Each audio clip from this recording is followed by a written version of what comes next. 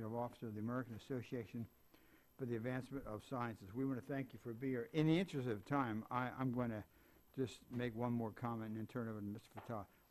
This is really Mr. Fattah's, I agree with him on all this, but he has been the driver on this, and every time we go to conference and every time we do, he has always pushed this. So I think I'm going to kind of defer to him on most of the hearing. But it is important, Alzheimer's, ADHD, we all worry about these things. So I just want to pay tribute to Mr. Fattah. This is really Mr. Fattah's issue, if you will. And so I appreciate you coming. With that, I recognize the ranking member. Well, I want to thank the chairman. Obviously, this is the chairman's committee. So he has given me full support for this. But we really have had from day one what we call in the business a four-corner agreement among the House and Senate appropriators for CJS that we would make neuroscience a priority, and the chairman has been very supportive of that, along with our colleagues and counterparts in the Senate. And so we're very happy that in each of the bills that we have championed through, that we've been able to build on the language that asked OSTP to proceed in a way that would look at this in a comprehensive, kind of cross-agency approach, and then to build out on that. We have some great witnesses today, and I want to say a couple things. One is I want to thank all of my congressional colleagues. This really is a bipartisan initiative, and support from the appropriators on this point, I think, is useful for you to understand that we are very committed to trying to move forward. There are well over 50 million Americans who are challenged by neurologically based diseases, disorders of various kinds. We have a whole set of challenges with returning soldiers who well over 40% who've been injured have a traumatic brain injury or post-traumatic stress and other issues. This is a strategic issue in terms of our international interactions. The EU has now launched a major multi-year effort, Horizon 2020, which focuses in part on neuroscience. You have the $1.5 billion investment with the Human Brain Project in Europe. The G8 under David Cameron's leadership, and I know Dr. Holdren, you've been involved, has decided that dementia, as the chairman mentioned, Alzheimer's being the kind of brand name dementia, but there are a number of them, Parkinson's, Huntington's disease, and it asks for all the G8 countries to double their investment.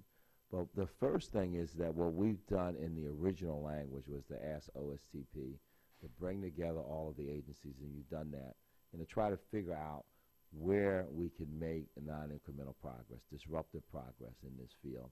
And you have a report from an agency working group, and we look forward to your testimony. We also asked through language that the National Science Foundation create a budget theme around neuroscience. And so we want to hear the testimony, and we are looking for ways where we can move forward. The President's embrace of the brain mapping and building the technologies of what we call the Brain Initiative is very, very important. And I visited Israel, where there's been some focus now on focusing in on a number of these initiatives in cooperation with the United States. So there's a lot of possibilities here for us to advance humankind. And one of the things that the chairman has done throughout his career has been focused on the plight of people everywhere in the world. And one of the challenges to human freedom is health and well-being. And so this last remaining mystery of science, how our brains actually work, is critically important. So I want to welcome you, and I think we'll have all the testimony, Mr. Chairman, and then we can ask whatever questions might be. Thank you, Mr. Fattah. Before we begin with witness testimony, we want to inform the subcommittee, as we did last year, we're going to administer an oath to all federal, and I stress federal, officials who appear before the subcommittee as witnesses. as we did last year and is sanctioned by existing law of the House rules. I do not do this because I feel that any witness will intentionally mislead. Instead, I believe it reinforces the seriousness of the committee's work, and the agencies and their officials are and should be accountable to the committee, but more importantly, to the American people. So whatever we hear is valid and authentic. So pursuant to the authority granted in Section 191 of Title II of the United States Code and Clause 2M2 of House Rule 11, today's witness will be sworn in. Dr. Leshner, since you are not a federal witness, you may remain seated. Dr. Holdren and Dr. Winfield, please rise and raise your right hands. Thank you. Do you solemnly swear or affirm that the testimony you're about to give will be the truth, the whole truth, and nothing but the truth? Yes. Well, let the record reflect that the witness is answered in the affirmative. Your written statements will be made part of the record. You may presume, as Mr. Fasal said, but thank you very much. Well, thank you, Chairman Wolf, Ranking Member Fatah. It's a pleasure to be here to talk about the federal research enterprise in neuroscience and related areas. And I hardly need to tell the two of you that few fields are as complex as neuroscience, the study of the brain's 100 billion neurons and their interactions with the rest of the body. At the same time, there are few fields that have the potential of neuroscience to provide the kinds of biomedical insights that can really contribute, as you commented, Ranking Member Fatah, in your opening remarks, contribute to reduce the burden of human suffering and disease. Again, I don't really need to tell you that neurological disorders and stroke affect millions of Americans every year, cost hundreds of billions of dollars to treat, and despite major advances in recent years understanding the brain and its relationship to behavior, a field with implications across domains as diverse as education and criminal justice really remains one of the most important scientific challenges of our time.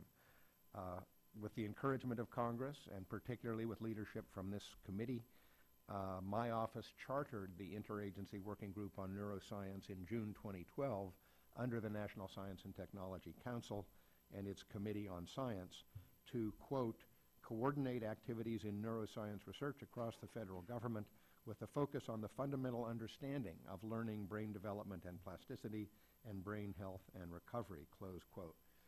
Beginning in the fall of 2012, that working group examined the landscape of federal research activities and investments related to neuroscience.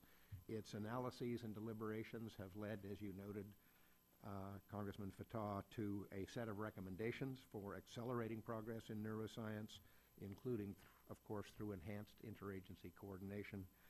That group's report was released earlier this week, and a copy was provided to your staff.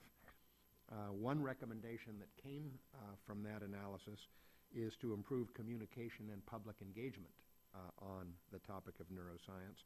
A recent example of outreach of that sort is Super Neuroscience Saturday, an event co-sponsored by OSTP in coordination with other stakeholders last November. Super Neuroscience Saturday included a full day of interactive educational activities for more than 70 students from the Washington, D.C. area about the promise and potential of neuroscience, and it included an evening of public lectures and discussion for adult community members led by neuroscience experts. As you also know, in April of 2013, President Obama announced the Brain Research Through Advancing Innovative Neurotechnologies Initiative, the BRAIN Initiative, which we characterize as a grand challenge to revolutionize our understanding of the human brain and, as a result, generate new ways to treat, cure, and even prevent brain disorders such as Alzheimer's, epilepsy, traumatic brain injury.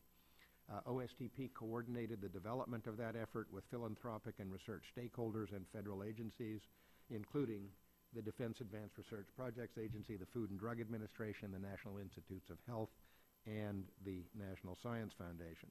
Besides the BRAIN Initiative, there have long been a variety of other federal activities in the neuroscience domain. For example, the National Alzheimer's Project aims to coordinate Alzheimer's disease research and services across all federal agencies as we seek to improve treatment and find a cure for that disease.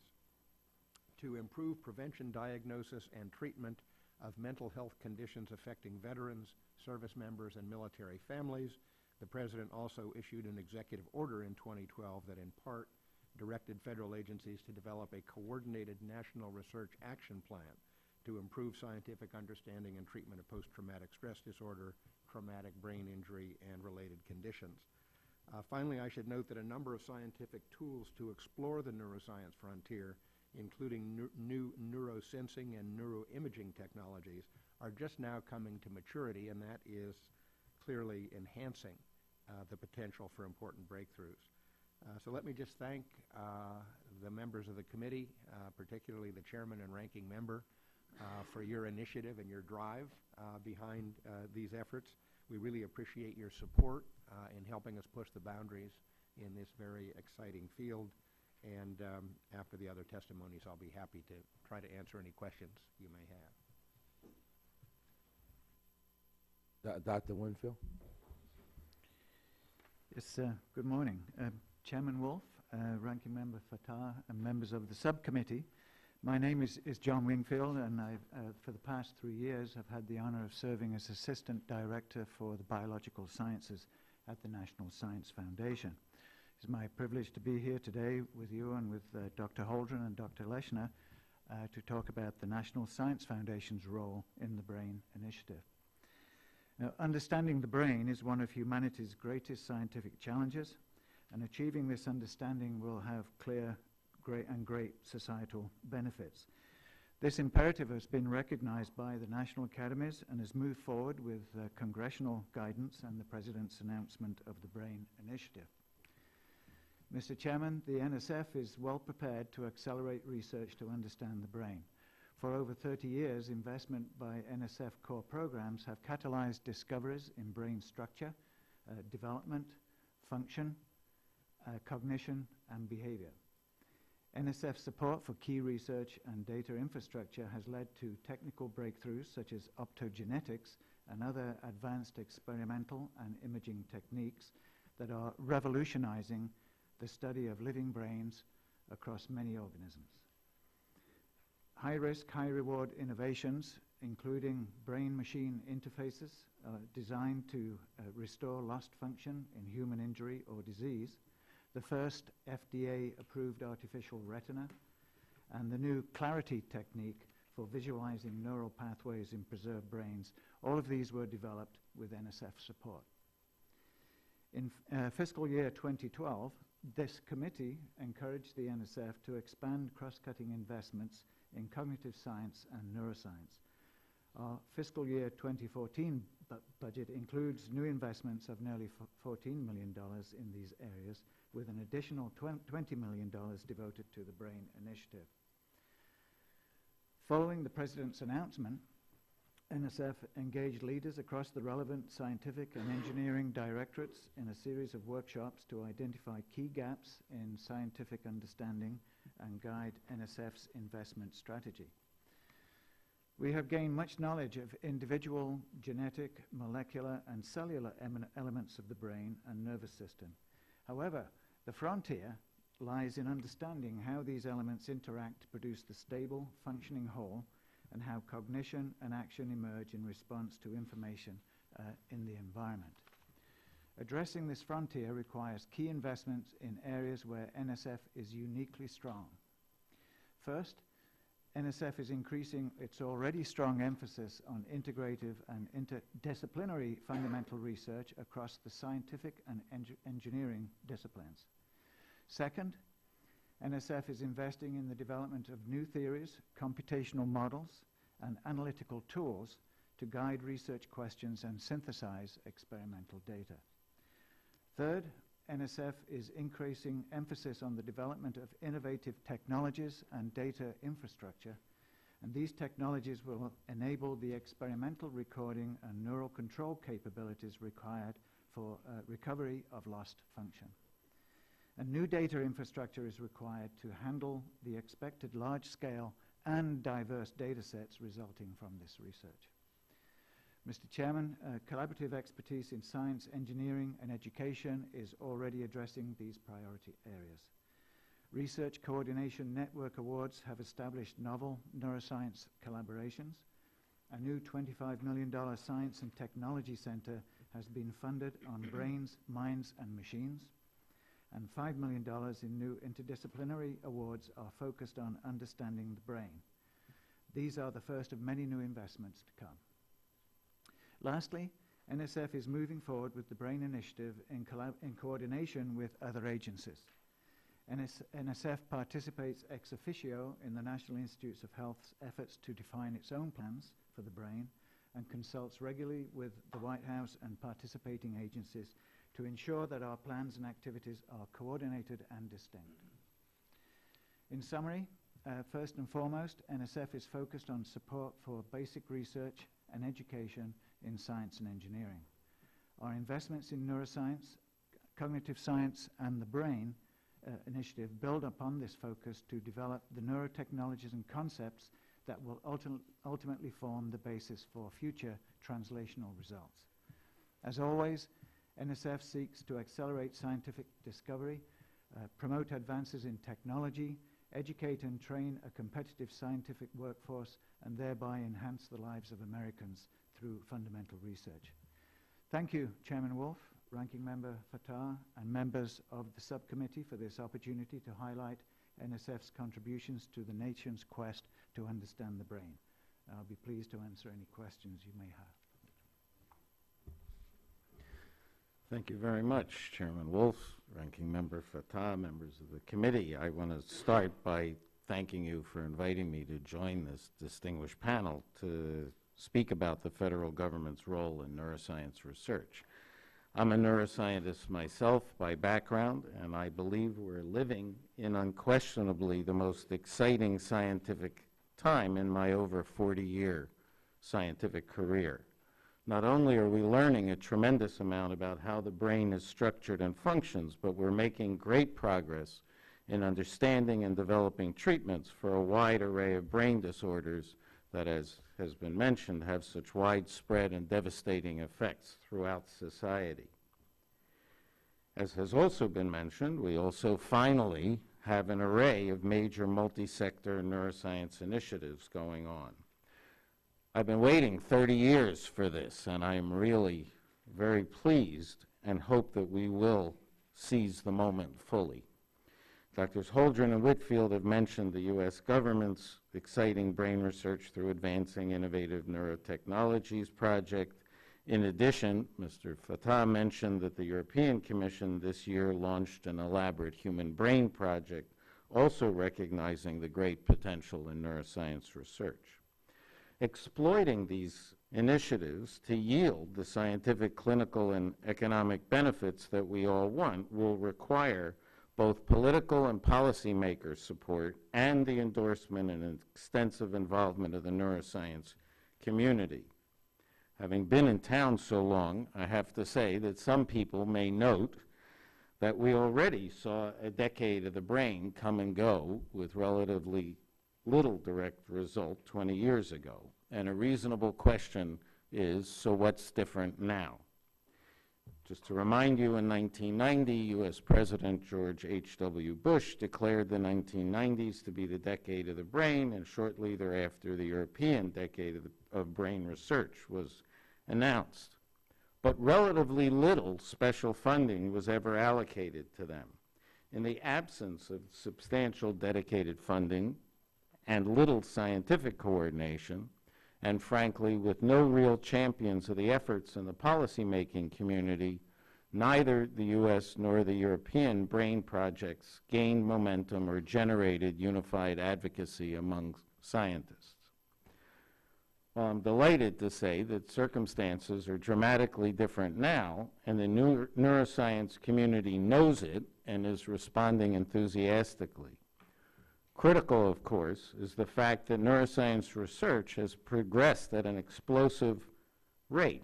Never before has the often quoted adage that we've learned more about the brain in the past decade than in all of recorded history been more appropriate.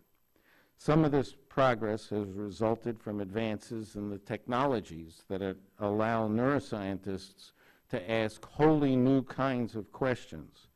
Some has come from the collaboration among multiple fields that characterizes so much of modern science. And an increasing focus on translational research is yielding new treatment approaches in neurology and psychiatry and greater hope for practitioners and patients. We are, in fact, on the threshold of being able to answer even the most difficult questions about our brains and minds. Breakthroughs in many neuroscience subdisciplines, particularly when integrated with advances in molecular biology, psychology, neurology, chemistry, mathematics, physics, engineering, and computer science, those are the collaborators, are providing the groundwork for major leaps forward by neuroscience as a whole. What is needed to realize this potential is to harness technological advances onto this foundation in order to bring this burgeoning set of fields to a new level of understanding. The new neuroscience initiatives are, from my point of view, directed explicitly at the right targets, at these urgently needed technological advances and their applications. We're also very fortunate to have many neuroscience champions in the policymaking community, which frankly we were lacking 20 years ago. As Dr. Holdren has testified, the BRAIN project announced by the President being coordinated by OSTP involves the leaders of many U.S. science funding agencies, as well as some of the most important and influential private philanthropies. Here in the U.S. Congress, there's an active bipartisan neuroscience caucus organized by Representatives Rogers and Blumenauer, and it includes, of course, influential members of Congress, such as the subcommittee's ranking member, Chaka Fattah, who I believe to be one of the most informed and great champions of neuroscience initiatives we've had. The new interagency BRAIN initiatives have great potential to take advantage of the dramatic advances we've made in the last decade and continue to accelerate progress in all of both basic and clinical neuroscience. Agencies like the National Science Foundation and the National Institutes of Health are both working together and individually exploiting their unique roles to ensure that the nation realizes the great potential in neuroscience research. Just as an example, NSF's unique ability to bring together researchers from mathematics, the physical and life sciences, and engineering in truly multidisciplinary ways will be a major force in the neuroscience advances of the future. This is a particularly opportune time, and I urge you to seize the moment. The promise of the nation's neuroscience initiatives should be embraced as broadly as possible, and they should be supported as fully as we possibly can. Thank you very much. Thank you very much. I'm going to go directly to Mr. Fattah. Thank you, Mr. Chairman. Let me start, and I thank you for all of your contributions and your written testimony.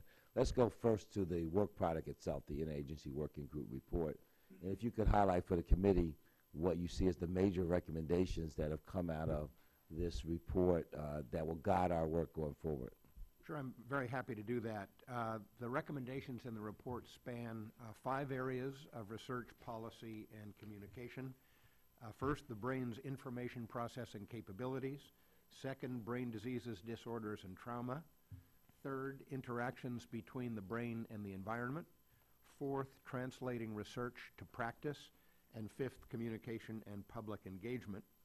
And in addition to identifying the key scientific challenges and making recommendations in those areas, the report highlights, first of all, a subset of recommendations that can be addressed in the short term without additional funding, which is obviously important in the times we find ourselves in. Those include strengthening the federal neuroscience framework, including projects that have been initiated through the BRAIN Initiative, initiating a federally led effort to build translational bridges between neuroscience, cognitive science, and learning across the lifespan, establishing a working group to recommend how current neurobiological information can be used in the classification of brain disorders, supporting efforts to improve coordination and collaboration of federal research and development agendas in neuroscience, which of course is what the interagency working group will continue to do, and establishing a new working group to focus on the impact of over and undernutrition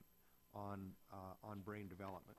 There are a number of other activities, obviously, mentioned in the recommendations that would require additional funding, and we kind of hope that that will be forthcoming. Well, I would commend the report to the committee, and it will be helpful to us, I think, to help shape our view as we go forward. In the last omnibus that we passed, the President signed over a month ago, the committee had language that would have OSTP under your leadership look to see where in these international efforts there could be collaboration in fields that are strategically important in terms of brain research. So, you know, the Australians say, you know, David Abbott is putting up $250 million. The Europeans with the Brain Initiative is $1.5 billion on top of the other investments that are going to be made out of the Horizon 2020. The Israelis have now said that brain research, at least in terms of brain machine and therapeutics, are going to be their #1 investment in terms of research and development. How can the United States, where do we see opportunities, I guess? The Japanese have done you know, some very significant work in this regard and are challenged by many of these same issues like Alzheimer's and the like.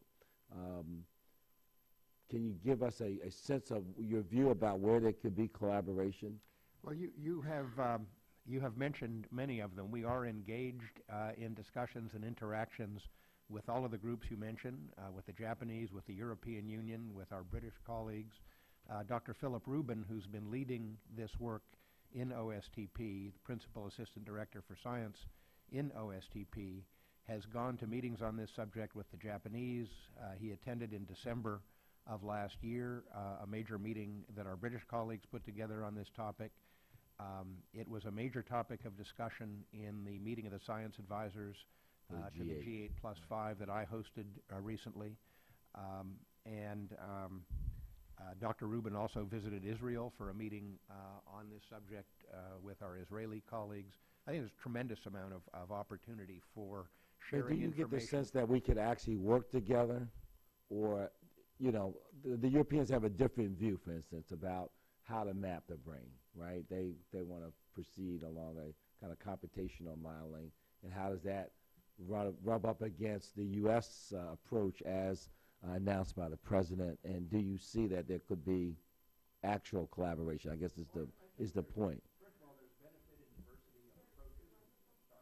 there's benefit in diversity of approaches, benefit in comparing notes on progress, and there's also benefit in doing some things really jointly. Right. And we're in the process of identifying which things it would make sense to actually work on together, as opposed to which things we'll continue to work on separate tracks but compare notes. Well, the chairman mentioned, you know, let's just take Alzheimer's, for example, right? So we spent, our country, about $210 billion last year on Alzheimer's care.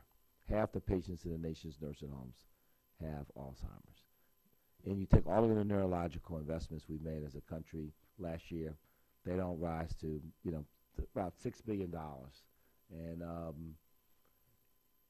so we need to be doing more, but also there's an opportunity perhaps for us to have resources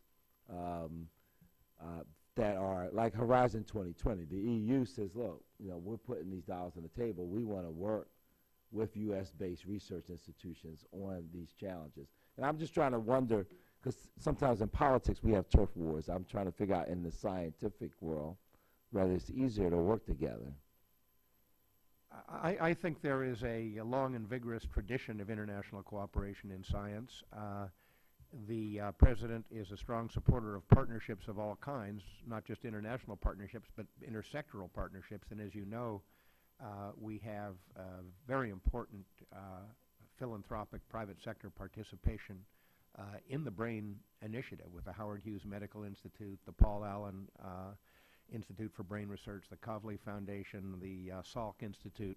And so we're in the business of leveraging the limited federal resources that we can bring to bear on this to bring in private resources and to do international collaboration where it makes sense to link our resources with those of other countries. Well, we'd like to work with you as you go forward in this regard. You know, the idea here is, you know, not that the executive branch of the government wants to conquer this or that the Congress wants to. We want to work with you. Absolutely. You know, we want this to be a joint initiative. It's a bipartisan initiative. And from the first day, there's been bipartisan support, not just from the chairman, but as we have interacted with our other colleagues, because as I would understand it, you know, this is a challenge that almost affects almost every family in the country, just on the disease and disorder side, right? So, and then when we start to cross over into the cognitive teaching and learning issues, there's a lot to be gained from a better understanding of the brain. So, you know, I think that as the administration has been pushing to get science to be more embraced by the country and investments in science, that here's an area where there's a great deal to believe that we could build support for major investments. And the fact that we see our economic competitors making major investments in this area, they're doing so because they see a strategic advantage, not just a need. That there is there's something to be said for where the earliest discoveries are going to be, and better diagnostic tools or better treatments for various types of illnesses and so on. Now, Dr. Leshner, you said in your recent article that this was the neuroscience moment and that we needed to seize it. And you lead the largest scientific society. Where do you see the opportunities for both collaboration and for an impulse to us to do even more than we're doing? Thank you. I love that question. I think there are two things, at least, going on at the moment that make this a particularly opportune time. First of all, there's the enthusiasm that you all have expressed. But advances in neuroscience are continuing to come at an accelerating rate, both incrementally and in a sort of stepwise function, you know, what people call quantum changes. And a lot of those quantum changes are coming as a result of new technologies. We don't yet quite have all of the technologies we need to get into the most difficult questions. But just as one example, in the last 5 years, we've seen an increasing application of what's called diffusion tensor imaging, which is a way to literally visualize all of the circuitry of the brain. Think about that. With billions of neurons, to be able to literally look at and trace these circuits is a tremendous advantage, because that's how behavior, for example, comes about. So one thing is that the science is going extremely well. Another is that neuroscience has become a very attractive area for people in other fields. So we're seeing more and more computational scientists coming to work at the intersection with neuroscience. Engineering, so NSF again has this sort of relationship between the biologists and the engineers, and is fostering that kind of interaction. Chemistry, physics. You can't do modern imaging without a physicist in your lab. And so what I think we're seeing is, first of all, wonderful progress, and everybody ought to be applauding that rate of progress. But the second thing is that all of the scientific community is recognizing it and getting more and more interested in working at the intersection with neuroscience. Well, you know, on yesterday,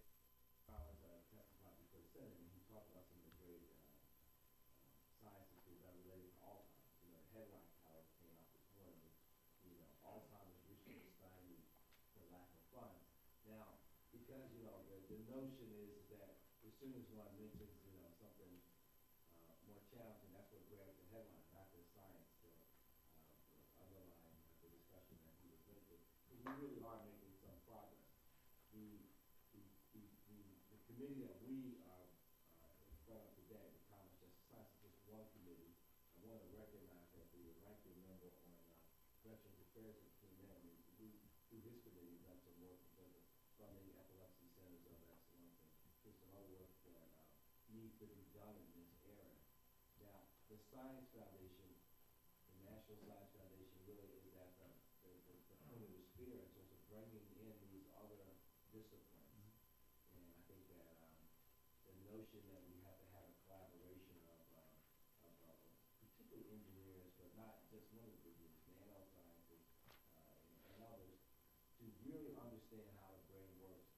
Now, the 14 million, almost 14 million that the chairman and the committee provided for this cross-agency work tell us a little bit about the way you're going to proceed at the foundation in this regard?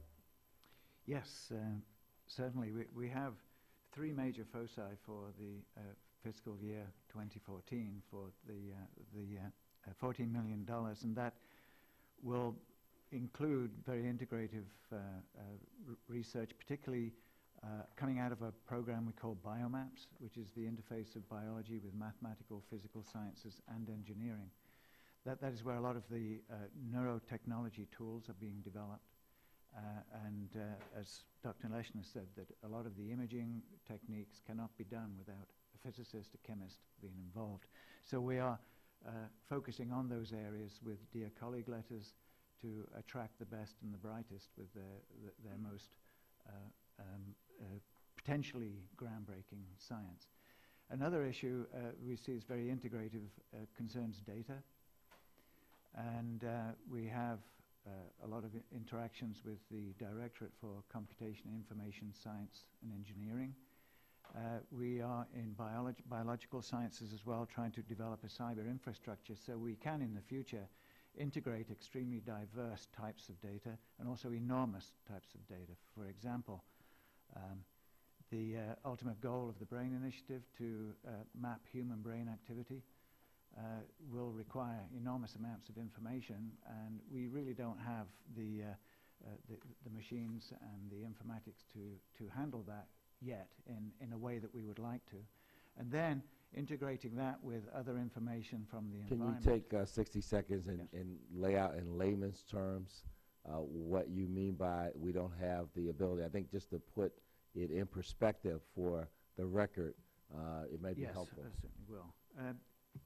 What I mean there, the informatics techniques to actually deal with the enormous amounts of data and how we then make sense of it so we can understand how human brain activity responds to physical environment, social, economic environment, and so forth.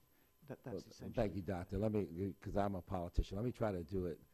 You've got over 100 billion or so neurons, somewhere in the 89 to 100 billion neurons, with a trillion plus connections, and none of us have the faintest idea exactly how this thing is designed and how any one actual neuron does any particular thing at this moment. Not the Nobel scientists and neuroscientists and, or neurology or anyone else. So we have a lot of work to do Yes, and I in think order to understand how the human brain works. And we're going to need supercomputing at a level that does not exist yet. there is a lay lot of out work, the- a lot of research Right. we need to fund to actually. I just want to make sure, because when you talk about this in scientific terms, it may not translate as well. You know, we need to make it as clear as possible about the challenges ahead, because the country has to come to grips with the fact that we're going to need to make more significant investments in this area if we're going to get to the answers that we want. Quite right. Our mission there is to provide the basic foundation knowledge and technologies to go down that translational pathway. I'm going to yield at this time, Mr. Chairman, if you have any questions or other members. First, I'm going to go to Mr. Diaz-Balart, and then I'll. Thank you very much. Excuse me. Thank you very much, Mr. Chairman. I think it's been a very interesting presentation. And again, I'm new on the subcommittee. I have a lot to learn. Great subcommittee. Yeah, obviously, Mr. Chairman. Mr. Winfield, in your testimony, you mentioned an NSF-supported workshop titled Physical and Mathematical Principles of Brain Structure and Function, held at NSF in 2013. And just looking through that, I saw that many of the workshops of the attendees included private universities and private foundations, some very impressive, by the way, groups. While there were over 30 public universities, about half came from one state alone. And it looked like there was a bit of a lack of diversity from a variety of institutions, including, for example, minority-serving institutions and that kind of thing. How are those invitees chosen? Do they just come on their own?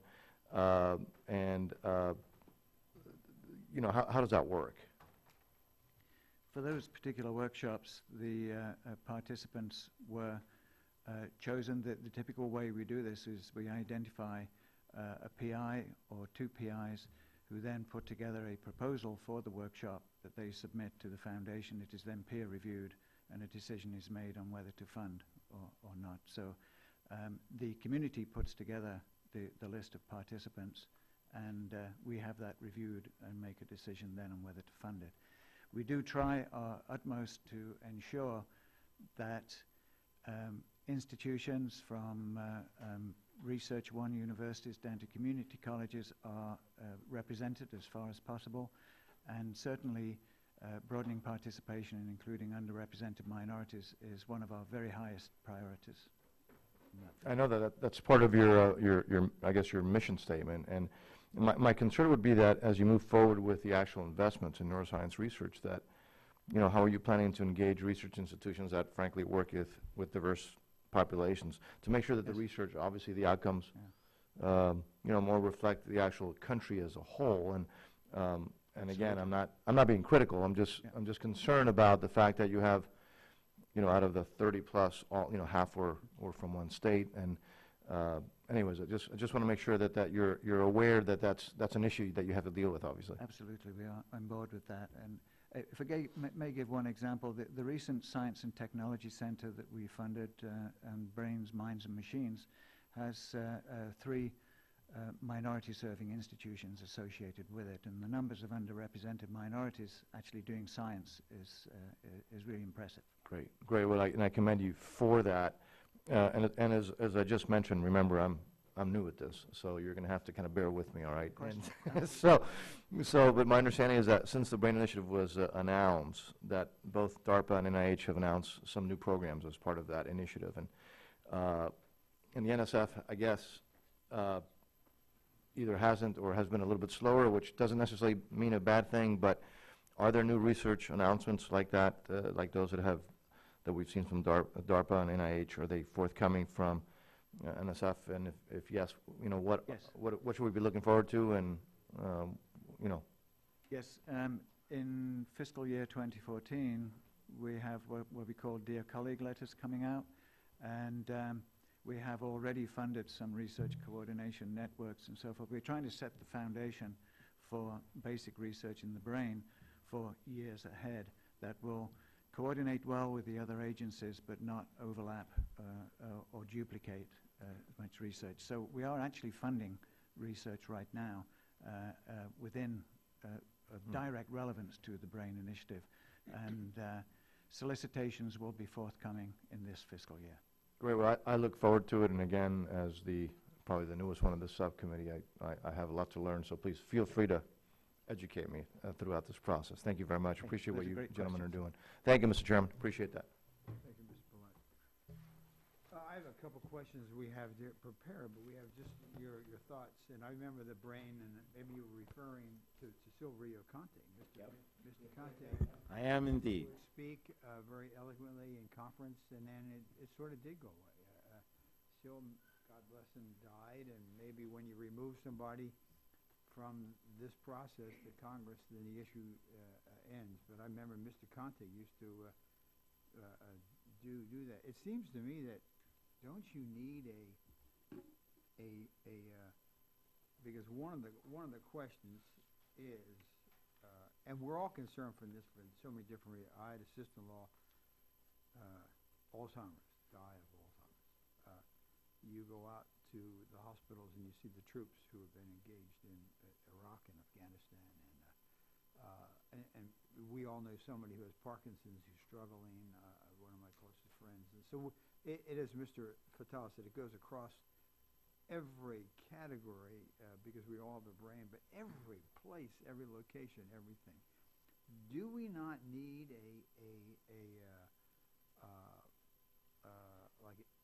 international cooperation, almost like a NATO plus, or almost like a international space station? I mean, we could even involve the Chinese on this, Dr. Holdren. I'm not concerned. But do we not need sort of like an international space station whereby there is a major effort so that if there are certain resources, this gentleman's working on one, you'll be working on the other, but we know we're transferring, and if there's an area that's not, we can But do we not need that? And as Diana was pulling this together, the working group ends in 2014, the end of this year. Is that correct? I suspect that we will reach our... But so do we then need an international or a NATO plus where we're working with our friendly allies? Certainly, as Mr. Patel said, the Irish are doing this, Great Britain's doing that, the EU doing it. Or do we need something that is just so big to coordinate and bring everything together? Even though parts are working on different things. And secondly, do we need a major national conference? The other issue I wrote, where is America in the amount of money that is put in? And Mr. Patel may know. And who, if you were to say objectively, what area or what nation is number one? Are we number one? Or the European Union? I don't know the answer. So there are three different questions there. Do we need a major international space station approach to it? Secondly, who is number one? And number three is, do we need a, quote, truly national conference whereby the best minds in the world, not just in the United States, but in the world, are brought together, perhaps by the end of this year? We could ask Mr. Patel could do a letter asking a reprogramming of something and bring it together. So there are the three questions that all of you can. Well, let me take a crack at part of it. I think we do need more international cooperation and communication about what's going on in the different countries. There is a rapid rise in that kind of activity that's been going on. I mentioned a number of the major meetings that have occurred over the last couple of years that we've taken part in. Clearly, there's going to be more. I'm not sure the space station analogy quite works in this domain, just because there's so many diverse lines of research and development. There's the development of the tools for imaging the brain. There's the development of the high-performance computing and data management capabilities that you need. There are so many dimensions of this that I'm not sure we know how to construct a single centralized operation to which the space station might be an analog. But we sure know how to collaborate on research projects. We know how to merge resources. We know how to partner with the private and philanthropic sectors as well, and doing that even across national boundaries. I think we're going to see a lot more cooperation. I can't tell you right now who's number one. Again, if you ask who's number one, there are probably many different indices. One index is how much money are you spending. It's even difficult to figure out across the whole government exactly how much money is in this domain, because the boundaries are fuzzy as to what's included and what's not. Is there any sense of, and not to be in a competition basis, is there any sense, I mean, I know we're number one in so many areas, but is there any sense of where we are in comparison to 1, 2, and 3? Well, I'd be interested in what Dr. Leshner thinks about that question, since he's perhaps coming from a slightly more independent stance than those of us who work for the government. So I think, pushed, you'd have to say the U.S. remains number one in neuroscience. However, other countries whose overall investments in science are increasing at a rate far greater than ours are developing, they see this as an opportunity area and have been investing very heavily. So although there's no question in my mind that we are among the most eminent in neuroscience in the world, I don't think we're alone. And there are superb neuroscience communities in Japan, in Great Britain, in the rest of Europe. And so, candidly, I believe broadly that American preeminence in science is at great risk, as the budgets in this country in constant dollars have been falling as other countries are increasing their investments. I would like to just comment on your question about international coordination and collaboration. My own view is that neuroscience among fields is among the most collaborative. I'm not totally sure why, other than the American Society for Neuroscience, the largest aggregation in the world of neuroscientists, which has 38,000 members, draws 35,000 members to its annual meeting, and that annual meeting is one of the most international events that any of us attends. It's a sort of, you have to be at it, and people come from all over the world. What we don't have is a single organization that's charged with coordinating all of it. But I have to say that I think neuroscience does an excellent job of sort of self-aggregating and self-coordinating and collaborating. Mr. Chairman, there's plenty of runway room here for better collaboration. And even if you don't start up at the top where the chairman starts, where we have over 100 countries working together on the space station, there's room just in terms of expanding the access to clinical trials, right? I mean, just to do that, right? So the European Union has a joint clinical trials initiative that they got Israel and Australia in. The United States has not joined in yet. There's an opportunity for us to. And so when you're dealing with some of the rarer diseases or disorders, you need a broader base of people who are, afflicted by the disease or disorder to use for clinical trial basis. So there's room there. The chairman would be, I don't think, surprised to note that there's not even agreement across the world about the definition of diseases and disorders in some of the trade space here. So there could be a more uniformed approach. So there's room for us to make progress. But I think at the upper echelon of this, there really is room for nations to work together. When the chairman of this committee says to Dr. Holdren that we could even bring China to the table for this kind of collaboration, that shows you that there's a lot of opportunities to build a collaboration. And I think that Culbertson is back because I did recognize you and thank you for the work you did with me on the Epilepsy Centers for Excellence, on suicide prevention, and some of the other issues on Veterans Affairs. Thank you. Yeah. Well, maybe you can all think about it and be in touch with the committee and Mr. Fatah to see if the committee could carry that language, particularly because of the role that National Science Foundation plays, which comes from the committee, and of course you, Dr. Holdren, kind of overviewing the entire government. I think it is an issue that everyone, if they think about it, is interested in. It doesn't get into the battles of, reconciliation and shutdowns of governments and everything. That's something that we can all kind of come together there. But by the grace of God, does someone not have someone in their family who is facing something like so?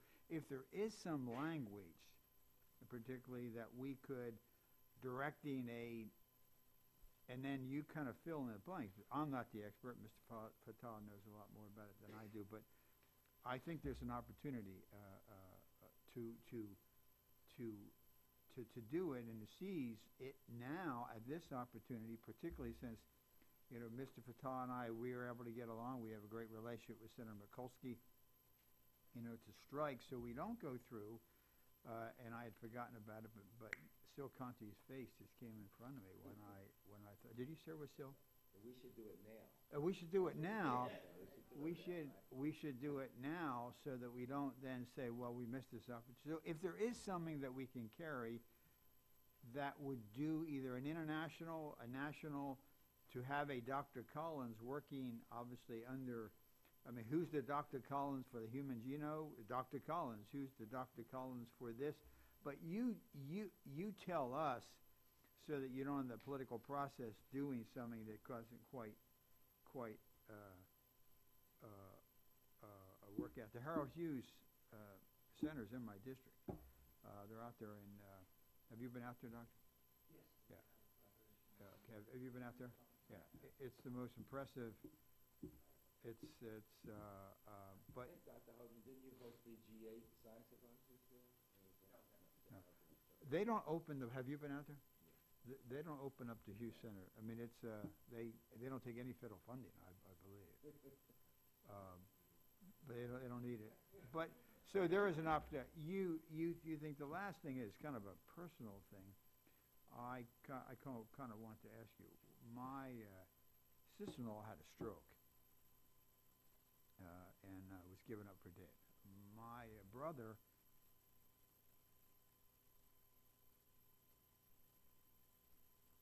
did a lot of things. And all the doctors said, it's forgiven, nothing will work. He took her to a hyperbaric center. And a couple of the doctors said, this is crazy. This is just out in Westchester. And the strides and the gains that she has made have been incredible. She was in the University of Pennsylvania. They said, it's over. What do you know about the hyperbaric center? I was at the VA, and they were talking about they're beginning to look at the hyperbaric program for veterans. What do you know about the hyperbaric and the impact on the brain and the impact? Do you all have any thoughts or knowledge or?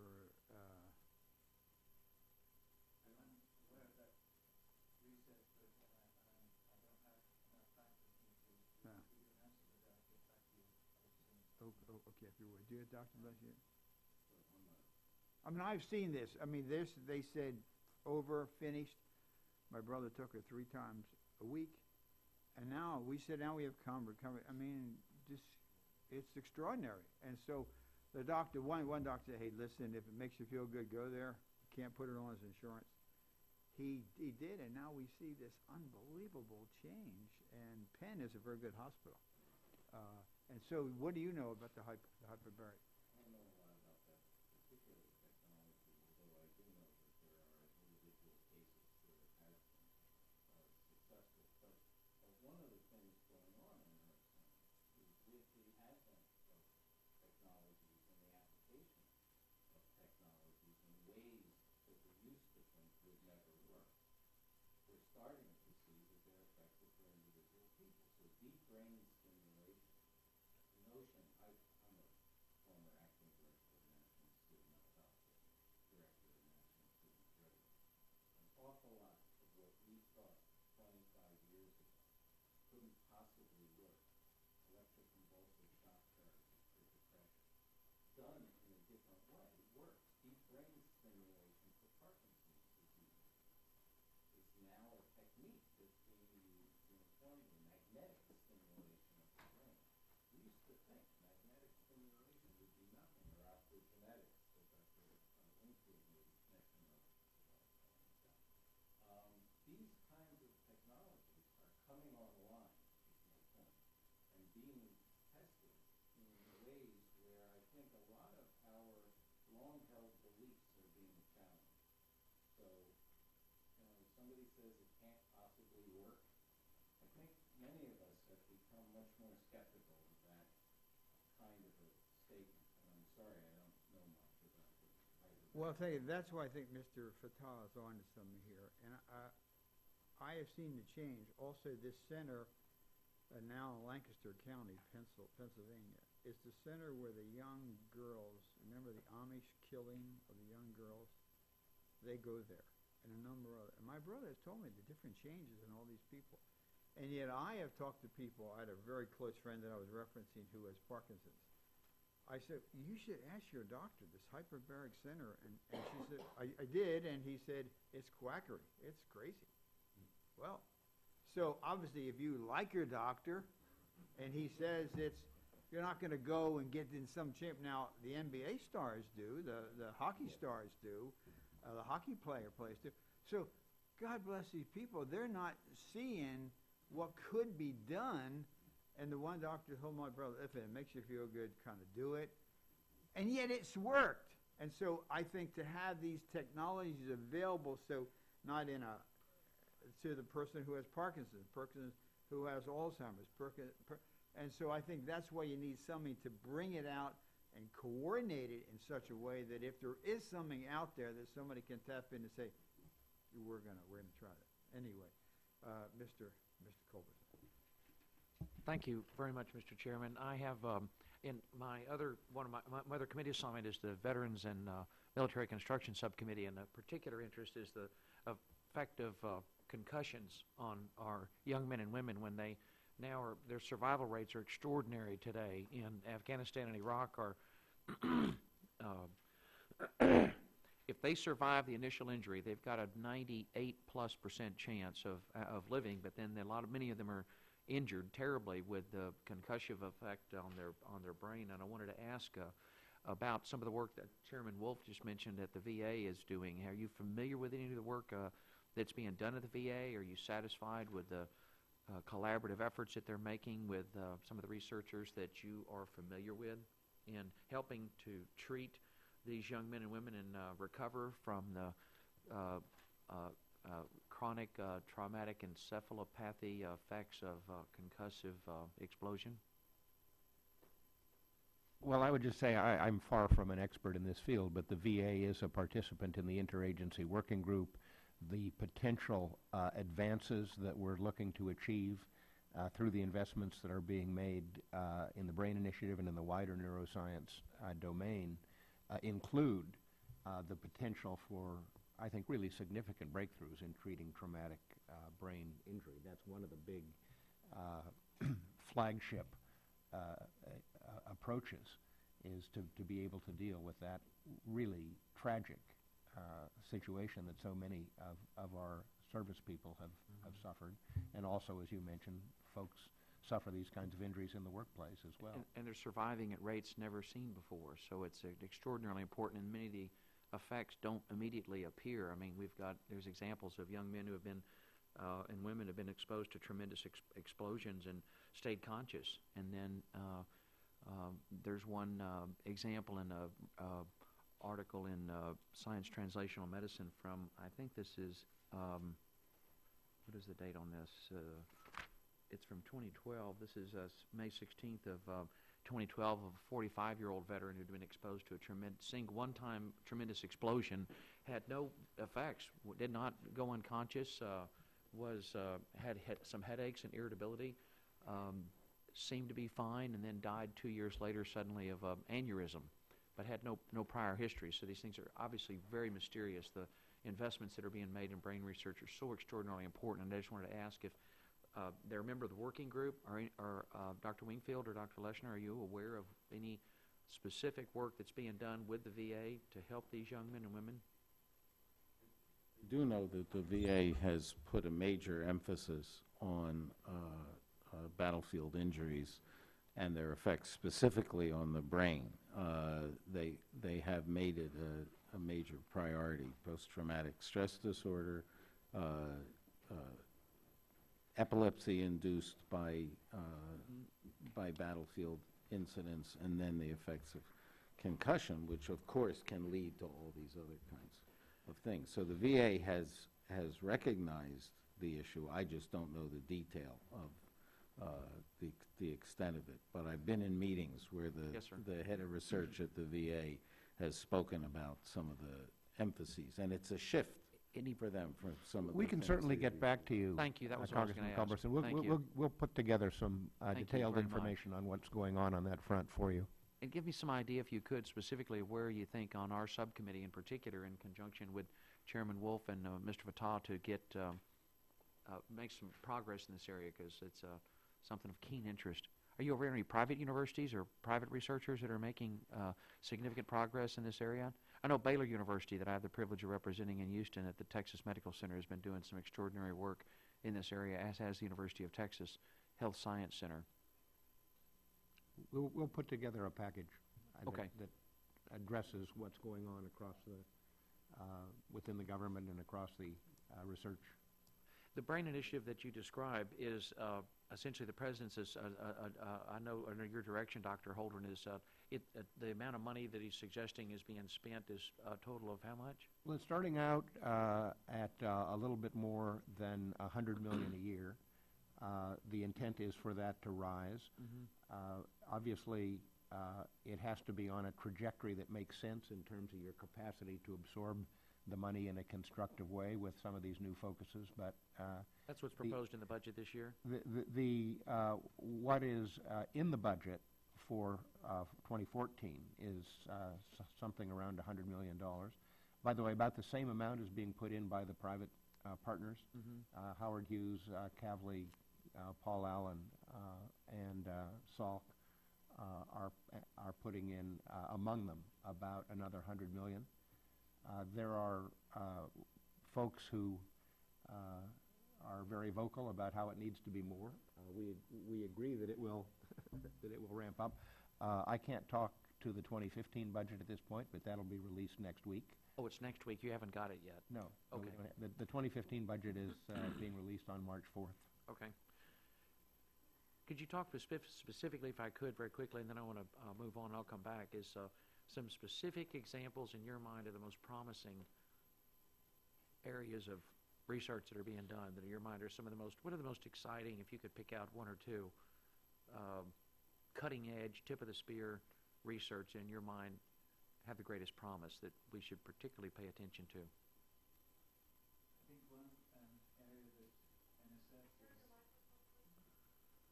One area that the NSF is now very interested in is how do these circuits of neurons work, and then the important next step is how do all of those circuits integrate together to result in complex behavior, extremely complex behavior that humans show, for example. That is a huge challenge and will be one of our foci over the next few years. You also mentioned something very interesting earlier about individual variability and how one individual can respond to the same trauma in a very different way. That's something we're very interested in NSF too. We see that kind of variability across many organisms, and we are now focusing on not so much the golden mean, the average across many individuals, but what is the basis of that individual variation, which could have a huge impact for how you treat specific diseases. Certainly, my opinion, I'm no expert, but that's certainly my impression, and Chairman Wolf's personal story is one that one that we hear all the time of individuals who have responded in remarkable, extraordinary ways. The power of prayer, good doctors, willpower, extraordinary. The good Lord designed us to be very resilient creatures, and it's astonishing the ability even of the brain to repair itself and to heal. Each one of us are individual and highly unique, and I do think I agree with you that that's extremely exciting. And one thing I know that Mr. Fattah, Chairman Wolf, and I, and the other members of the subcommittee believe, I know very strongly, is the ability of us to, the importance of the federal funding, and then to do everything we can to get out of your way and let the science lead and try to avoid political interference in what you're doing. So as you talk about the cutting-edge, tip-of-the-spear research, if I could, Dr. Leshner, the one or two areas that you think are most exciting, and then Dr. Holdren, and then I'll pass the witness. And thank you very much for the time, Mr. Chairman. Also mention, if you could, to the extent that I hope political interference is not causing any problems in the work that you're doing. On the latter question, we really have had very little, even when I was running the National Institute on Drug Abuse, where you might suspect there would be the potential, at least. I did not experience political interference. I had the pleasure of chairing a workshop at the Institute of Medicine on grand challenges in neuroscience, so I'll keep my remarks as short as I'm physically capable in light of that. So my favorite question is, how does the brain generate a mind? And what's happening now is that with the advent of new technologies, particularly technologies actually that have been developed in the last 5 years, we can actually watch a brain in action. We can watch what's going on in the brain during mental and cognitive events. And as these technologies get further developed, I think we will very rapidly move to a new level of understanding of how cognitive function is organized in the brain. That doesn't mean it's going to tell us how you get a mind. I think we're decades from that one, but that is my favorite question, because it's really the essence of who we are. Another issue where I think we're making tremendous progress is the intersection between genetics and environmental influences. More and more we're coming to understand that so many things are influenced by genetics, not necessarily heredity, but by genetic mechanisms. And then what happens is, of course, that the environment impinges on that, prepared organism. So you're prepared by your genes, and then you live in an environment. And more we're coming to understand how the environment modifies the expression of genes, and that's fabulous. I mean, that just gives you insights that we couldn't fantasize years ago. So I'll stop at that. I'll behave. I'll just say a couple of things. First of all, to echo what Dr. Leshner said about the new tools that are becoming available for visualizing what the brain is doing. These are going to be enormously important. This is the centerpiece of the BRAIN initiative.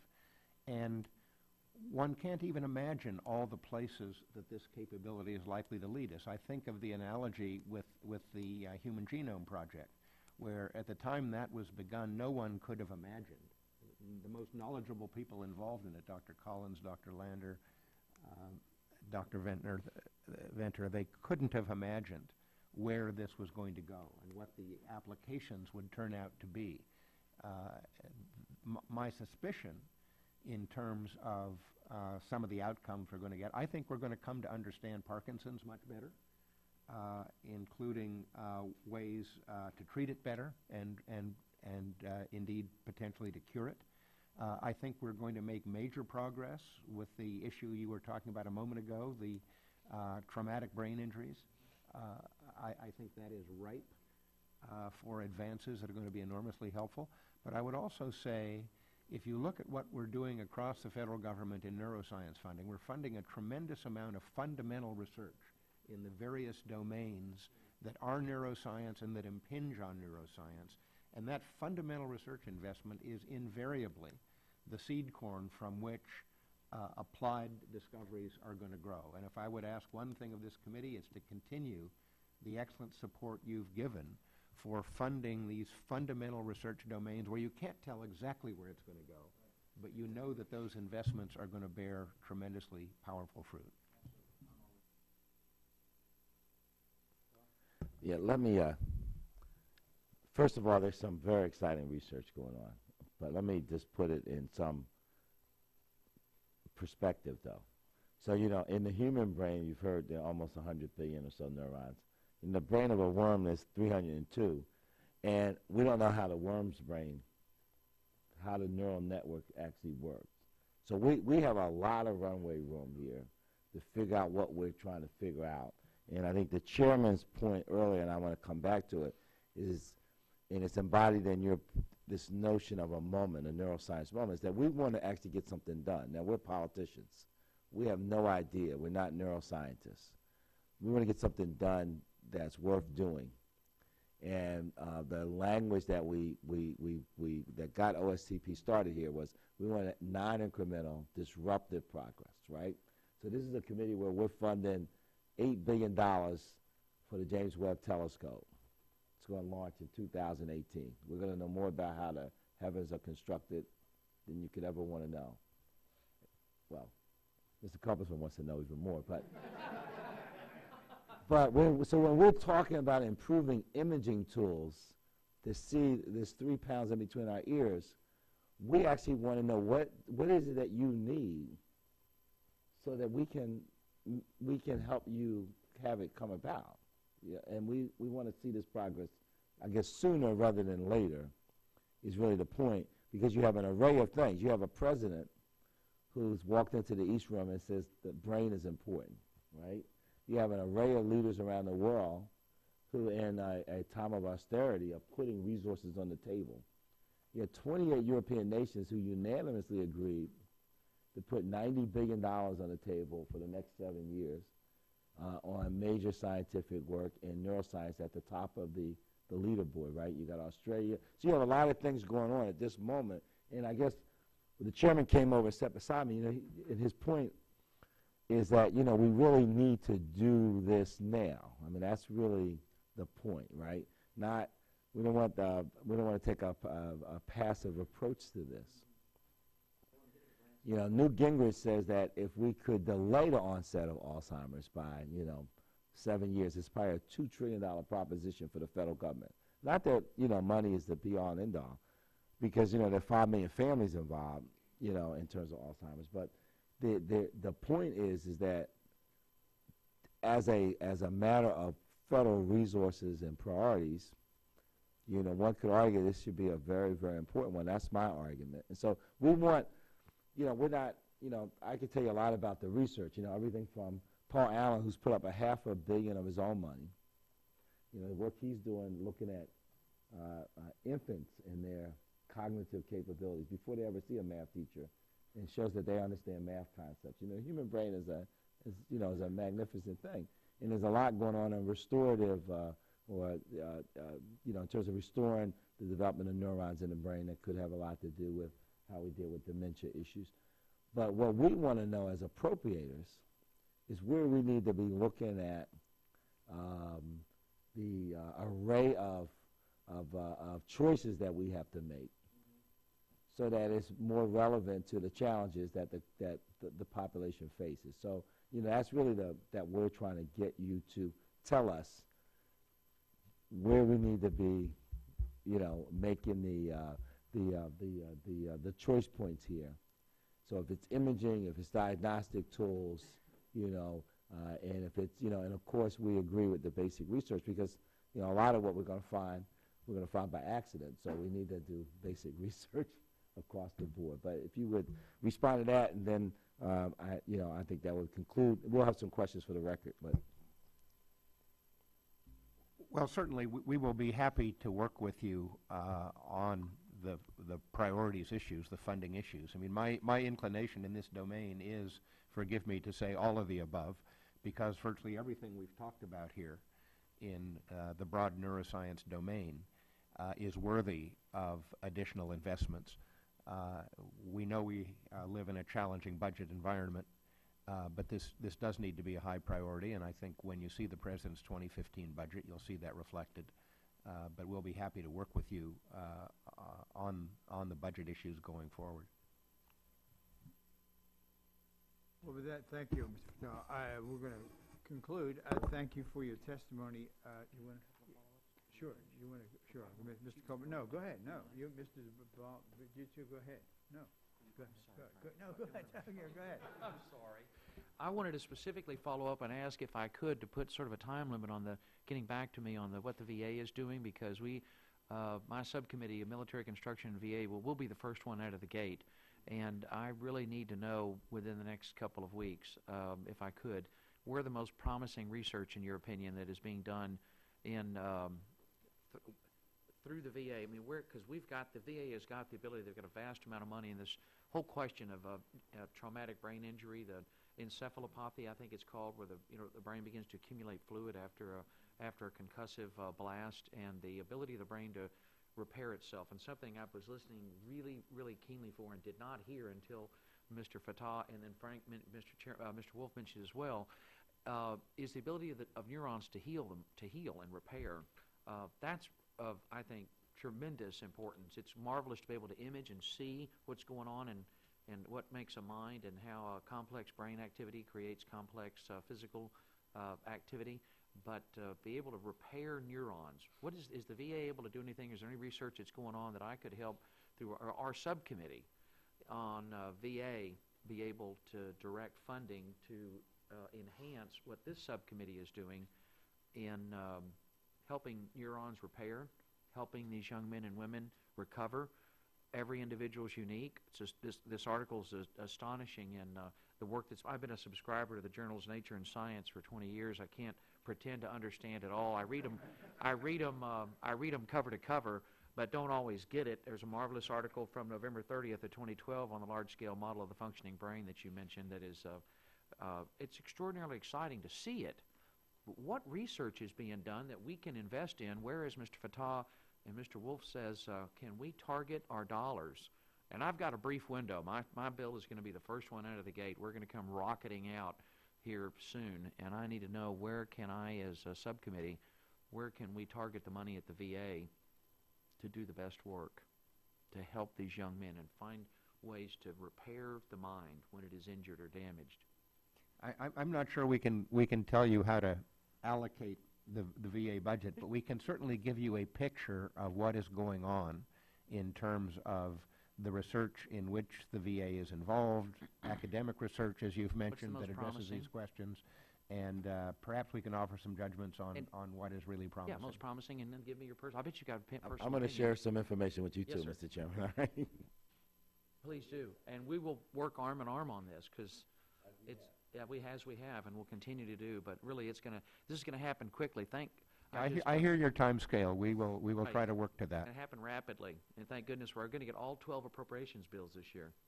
Thank Yeah. you, Mr. Chairman. Thank you. And since, with Mr. Culberson, since there has been an agreement, I don't think you'll go through the whole process you've gone through the last couple of years.